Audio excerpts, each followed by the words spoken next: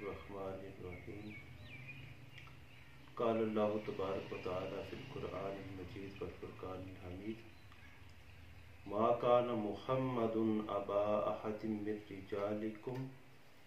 ولکن رسول اللہ وخاتم النبیین۔ اللہ پاک نے قرآن پاک میں ارشاد فرمایا ما کان محمد ابا احد من رجالکم، کہ محمد صلی اللہ علیہ وسلم تمہارے مردوں میں سے کسی کے باپ نہیں، ولیکن رسول اللہ و خاتم النبیین، وہ اللہ کے رسول ہیں اور خاتم النبیین ہیں۔ ایک تو رسول ہیں اور دوسرا جو ہے وہ سلسلہ نبوت جو ہے وہ آپ پر ختم ہو چکا ہے، آپ آخری نبی۔ خاتم النبیین کا مطلب ہے کہ آخری نبی ہیں، آپ کے بعد نہ کوئی رسول ہے اور نہ کوئی نبی ہے۔ اگر آپ کوئی دعوی نبوت کرتا ہے یا کہتا ہے کہ میں رسول ہوں تو وہ جھوٹا ہے۔ رسول ہونے کے لیے صاحب کتاب ہونا ضروری ہے، اور جو رسول ہوتا ہے وہ صاحب کتاب ہوتا ہے۔ تو جب حضور نے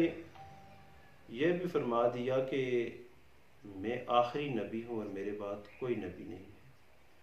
اور حضور نبی پاک صلی اللہ علیہ وسلم نے یہ بھی ارشاد فرمایا کہ میرے بعد جھوٹے نبوت کے دعوے دار ہوں گے، اور ان میں سے ہر ایک یہ کہے گا کہ میں نبی ہوں، لیکن میں آخری نبی ہوں، میرے بعد کوئی نبی نہیں ہے۔ اور اب اگر کوئی نبوت کا کوئی دعویٰ کرتا ہے کہ میں نبی ہوں، میں رسول ہوں، تو وہ جھوٹا ہے۔ اور یہ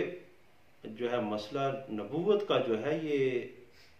بڑا نازک مسئلہ ہے۔ حضور نبی پاک صلی اللہ علیہ وسلم کے وصال کے بعد حضرت ابوبکر صدیق رضی اللہ تعالی عنہ کے دور خلافت میں مسیلمہ کذاب جو تھا اس نے نبوت کا دعویٰ کیا، اور بہت سے صحابہ کرام جن میں حفاظ کرام بھی شامل تھے وہ شہید ہوئے۔ اگر یہ مسئلہ اتنا آسان ہوتا، یا آپ اس کو سمجھتے کہ نبوت کا دعویٰ کرنے والا یا نبوت کا جو مسئلہ ہے یہ کھیل تماشا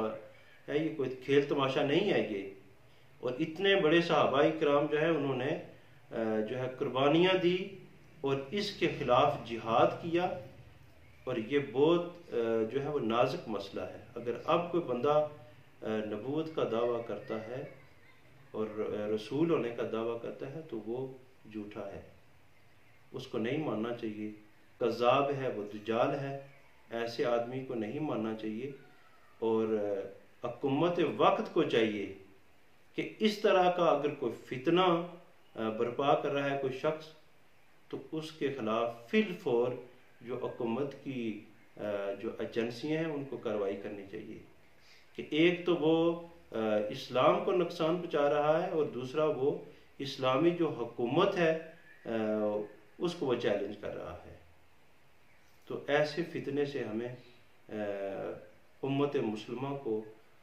جو صاحب اقتدار لوگ ہیں انہیں چاہیے کہ ایسے فتنے سے لوگوں کو بچائیں۔